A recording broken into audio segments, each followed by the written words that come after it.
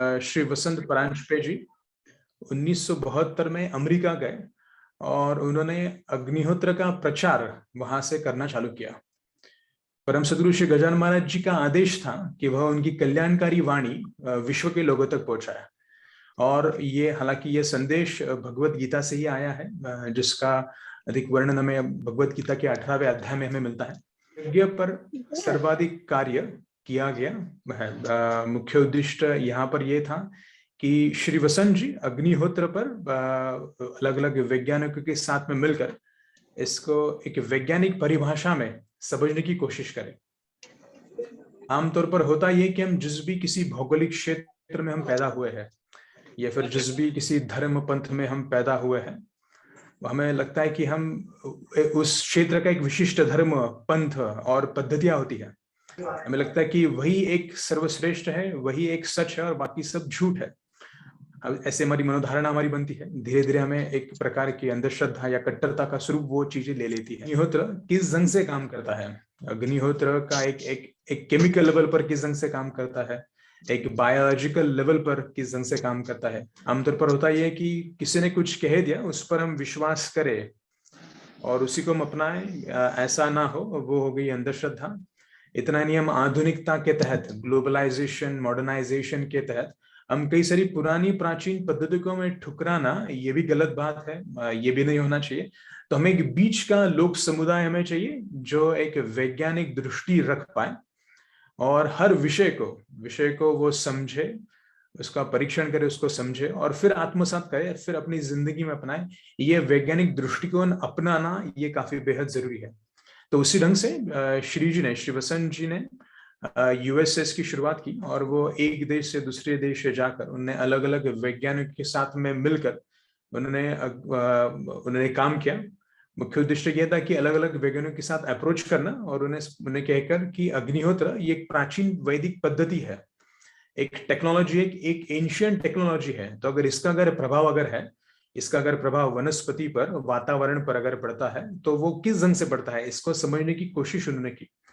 तो कई सारा आज एक अच्छा साइंटिफिक रिसर्च आज हमारे पास अवेलेबल है। तो अग्निहोत्र, तो श्री वसंत जी अग्निहोत्र को लेके गए अलग अलग देशों में और उन्होंने एक वैज्ञानिक भाषा में अग्निहोत्र को समझने की कोशिश की। और हम सभी लोग अग्निहोत्र को as a form of technology लेने की बेहद जरूरत है। आज वातावरण काफी प्रदूषित हो गया है, आज चीजें काफी बिगड़ गई है।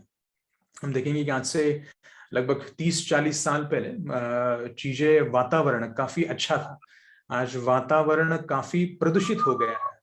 तो आज हमें देखना है कि किस ढंग से हम वातावरण चक्र को हम फिर से किस ढंग से हम संतुलित कर पाए। सदगुरु श्री गजानन महाराज जी ने आदेश दिया मेरे दादाजी श्री वसंत जी को कि वह उनकी कल्याणकारी वाणी विश्व के लोगों तक पहुंचाए और उसकी शुरुआत वो अमेरिका से करे।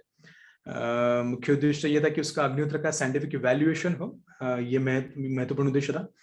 और वे उन्होंने यूएस जाकर एक्चुअली पॉकेट में $10, साथ में $10 और अग्निहोत्र के प्रचार के लिए वहां पर वो एक रेफरेंस, एक रेफरेंस था, एड्रेस था, किसी से जाकर मदद वहां पर मिल सकती है या फिर वहां पर वो रुकने की कुछ व्यवस्था हो। उस वहां से उन्होंने अग्निहोत्र की कार्य की, प्रचार की शुरुआत उन्होंने की। एक जगह से दूसरी जगह जाना, शुरुआती समय में पैदल चलना,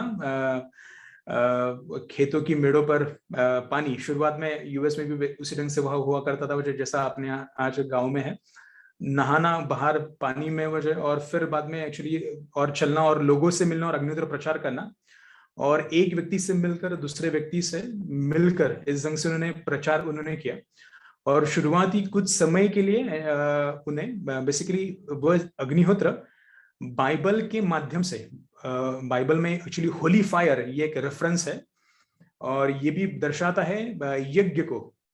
तो इस वजह से ना ये अग्निहोत्र ही है, हम कह सकते हैं वजह, या फिर ये एक रेफरेंस है यज्ञ का। तो हम यज्ञ हम करें होली फायर का है। तो बेसिकली बपतिस्मा जो दिया गया था वजह ये होली फायर का, वहां के कुछ संतों का, ये भी रेफरेंस बाइबल में है। तो बेसिकली श्री वसंत जी ने अग्निहोत्र का प्रचार शुरुआती दौर पर अमेरिका में बाइबल के माध्यम से उन्होंने किया। और वहां पर इतना ही नहीं, वहां पर एक्चुअली श्री वसंत जी कई सारे चर्चेस में वो रेसिडेंशियल फादर के तौर पर भी रहे शुरुआती कुछ समय में, ताकि अग्निहोत्र वो बता पाए, लोग सीख पाए, वजह इंट्रोडक्शन वो हो पाए।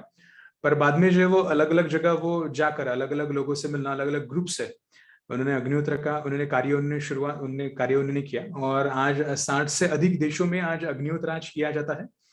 और श्री जी का उद्देश्य हमेशा ये रहा कि वजह ये गुरुवाणी है, गुरु आदेश है जो लोगों तक पहुंचाना है। और आज समय की जरूरत है, आज परिस्थिति काफी बिगड़ गई है, बहुत बड़े स्तर पर प्रदूषण आज फैला हुआ है। तो आज मैंने क्या एक खूबसूरत ऑप्शन आज हमारे पास में है, यज्ञ का, अग्निहोत्र का, जो हर कोई कर सकता है। इससे श्री जी अलग अलग लोक समुदाय के पास जाकर, लोग अलग अलग संस्थाओं के पास जाकर, अलग अलग धर्म गुरुओं के पास जाकर उन्हें अग्निहोत्र का ये जानकारी, ये ज्ञान जो है, ये फिर रिसर्च है, वो उन्होंने ये दिया।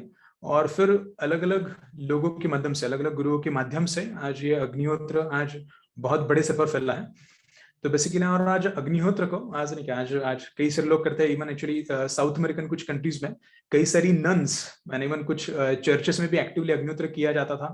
कुछ नन्स भी अग्निहोत्र करती है। यहाँ पर अग्निहोत्र करने के लिए हमें कोई बदलाव करने की जरूरत नहीं है। हम चर्च जाए, मस्जिद जाए, दरगाह जाए, हम ये सब चीजें हम मेंटेन करें, पर साथ में अग्निहोत्र जिस ढंग से आज हम ब्रश करते हैं, आज हम अलग सी कोई देश की, अलग सी कोई कंपनी का आज हम गाड़ी का इस्तेमाल करते हैं। तो आज हम ये नहीं कहते कि वो व्यक्ति जिसने ये गाड़ी की उपज की है या फिर ब्रश बनाया है, उसका धर्म कौन सा है, उसके विचार कौन से है, उसकी तत्व या मूल्य कौन सा है। हम उसे हम एक टेक्नोलॉजी के स्वरूप में उसको हम लेते हैं। उसी पद्धति से अग्निहोत्र भी आज हमें जो as a form of technology हमें आज लेना जरूरी है, और उसको हर कोई कर सकता है।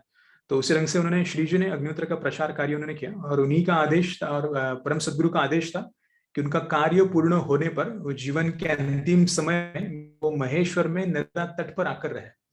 तो उस रंग से श्री बसंत जी यहाँ पर आकर रहे, और उन्होंने आखिरी सांस उन्होंने यहीं पर ली, आखिरी समय उनका यहीं पर बीता, महेश्वर मध्य प्रदेश में।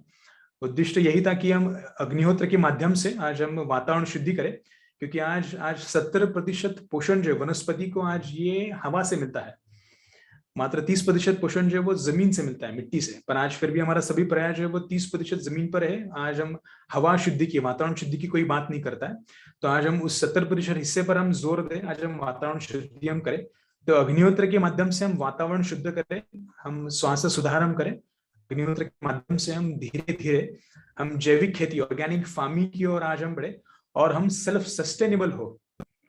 इससे एक्चुअली श्री बसंत जी कहते हैं कि किस ढंग से भविष्य में प्रदूषण बढ़ने वाला है।